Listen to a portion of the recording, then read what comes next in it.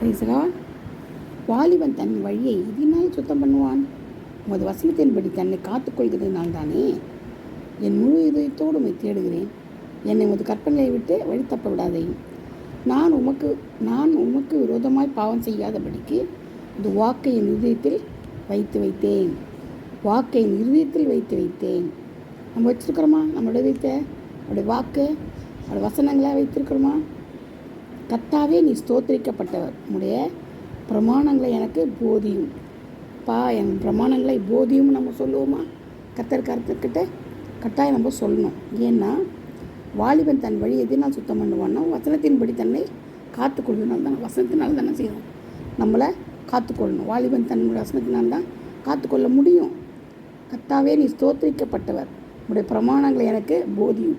நம்ம என்ன செய்யணும்? பிரமாணங்களை எனக்கு போதியும் சொல்லிட்டு கர்த்தர் கேட்கணும். கர்த்தர் தான் இந்த வசனங்களை பாதுகாப்பாராக. ஆமென். அல்லேலூயா.